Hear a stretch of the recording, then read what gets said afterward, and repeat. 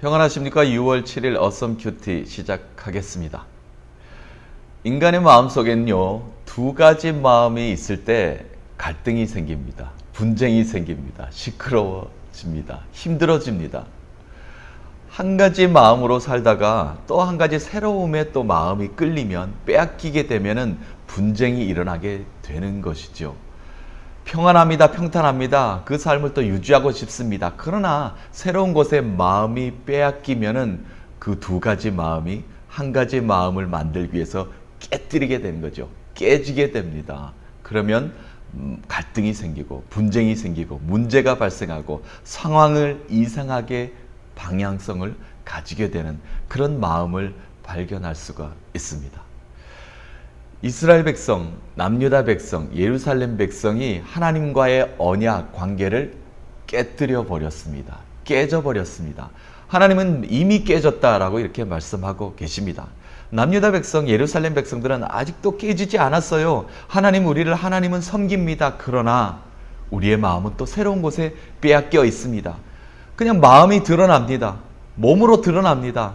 산당을 만들었습니다. 신전을 만들었습니다. 바알에게 절하고 있습니다. 우상을 자기들 조각으로 직접 깎아서 만들고 나무에다가 금, 은으로 장식해놓고 거기서 비는 모습을 보이고 있습니다. 완전히 마음이 빼앗긴 것이죠.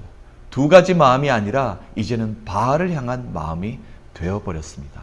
오늘 예레미야서 11장 말씀을 통해서 빼앗긴 마음을 한번 보도록 하겠습니다.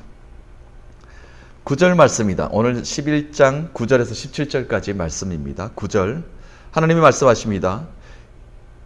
10절 말씀 내가 그들의 조상들과 맺은 언약을 깨뜨렸도다. 그래요. 이스라엘 백성들 그 조상들과 맺은 언약을 너희들이 이미 깨뜨렸다라고 말씀하십니다. 그러시면서 9절에 말씀하십니다. 예레미야야 유다인과 예루살렘 주민 중에 반역이 있도다. 반역이 있다는 겁니다. 반역자가 있다. 법을 어긴 음모자가 있다. 찾아내라. 찾아내라가 아니라 이미 눈에 보이죠. 남유다 백성들, 예루살렘 백성들을 지칭해서 이야기하고 있습니다. 그러시면서 하나님께서 말씀하십니다. 반역자들, 공모자들 내가 벌할 것이다. 이 벌하겠다는 말씀은 어제 오늘의 이야기가 아닙니다. 예루살렘은 이미 벌을 하셨고요. 아수르를 들어서 사용을 하셨습니다. 그리고 바벨론을 들어서 이제 사용하시면서 예루살렘을 이제 불태워버리고 완전히 우상에 빠져있는 모든 하나님의 백성들을 이제 내가 벌하시겠다라고 말씀하고 계십니다.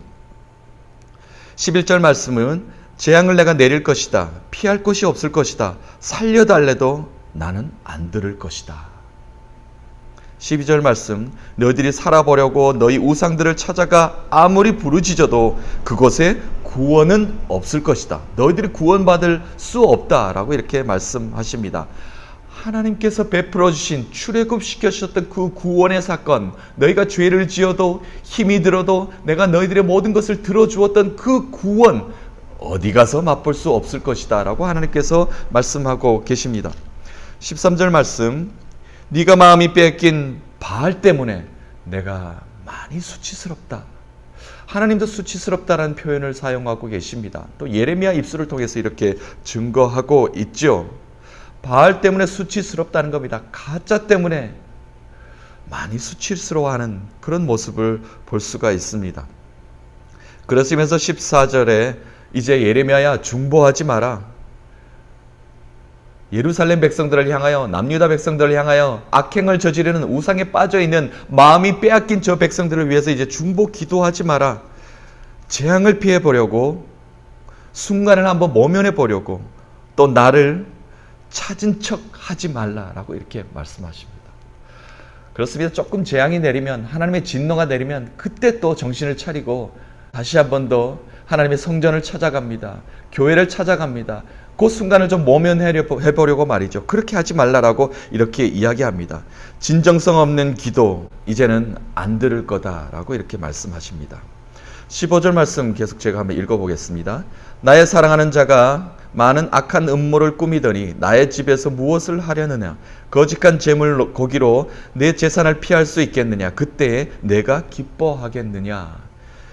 이 말씀은요, 속으로는 바알의 음모를 꾸미고 있으면서 반역을 도모하고 있으면서 겉으로는 성전을 드나들지 말라는 겁니다. 거룩한 척하지 말라는 겁니다. 주일에 한번 예배 드리러 온 것으로 너희가 위안을 삼지 말라라고 이렇게 말씀하십니다. 일주일 동안 세상에서 그렇게 악행을 저지르고 나서 일주일에 한번 교회에 와서 하나님께 기도하는 그 기도를 내가 들어줄 것 같으냐라고 말씀하고 계십니다. 두 마음으로 이쪽 저쪽 다니지 말고 그렇게 살면 너희들 좀 마음이 편안하니? 라는 이런 말씀을 우리에게 주고 계십니다. 16절 말씀 계속이요. 여호와께서는 그의 이름을 일컬어 좋은 열매 맺는 아름다운 푸른 감람나무로 하였으나 큰 소동 중에 그 위에 불을 피웠고 그 가지는 꺾였도다. 아유, 그렇습니다. 예전에는 좋은 열매 맺는 아름다운 푸른 감람나무라고 너희가 지칭하고 그렇게 불려졌을지 모르지만 옛말이구나. 이미 너희들의 가지는 꺾여버렸구나. 하나님께서 이렇게 말씀하고 계십니다. 두 가지 마음이, 빼앗긴 마음이 하나님과의 언약, 하나님과의 약속, 하나님과의 사랑의 관계를 완전히 깨뜨려 버렸습니다. 그렇습니다. 우리의 마음속에 하나님 이외에 또 다른 마음을 갖고 있으면 그것은 바로 우상입니다. 하나님이 가장 싫어하시는 것입니다. 나 외에 다른 신은 절대 섬기지 말라라고 하나님께서 우리에게 언약을 맺어주셨습니다. 하나님이 우리를 사랑하셨습니다. 그 사랑 때문에 우리가 오늘도 기뻐하며 감사하며 행복한 삶을 누릴 수 있는데도 우리가 그 사랑을 자꾸 깨뜨려 버리는 거예요. 그러니까 하나님의 사랑과 축복의 열매가 이루어지지 않습니다. 이미 우리의 나무에는 가지가 꺾여가는지도 모르겠습니다.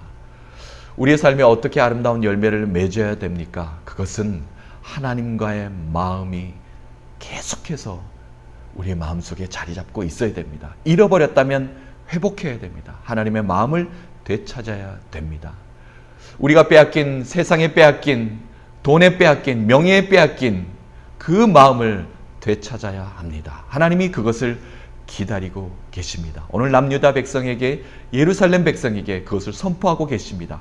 오늘 저와 여러분에게, 우리에게 그것을 선포하고 계신 하나님의 음성을 들으시기 바랍니다. 하나님은 오늘도 우리와 함께 하십니다. 우리의 마음을 하나님께서 주장하고 계십니다. 하나님이 인도하시는 그 마음을 따라 우리의 마음이 세상을 넉넉히 풍성히 승리함으로 이길 수 있는, 왜냐하면 하나님은 우리의 마음에 함께하고 계시기 때문에 그렇습니다. 오늘도 우리는 하나님과 함께 동행합니다. 그 걸음걸음이 축복의 걸음이 될 줄로 믿습니다. 그 하나님으로 인해 최고의 하루, 최상의 하루, 하나님께 영광 돌리신 여러분 되시기를 간절히 축복합니다.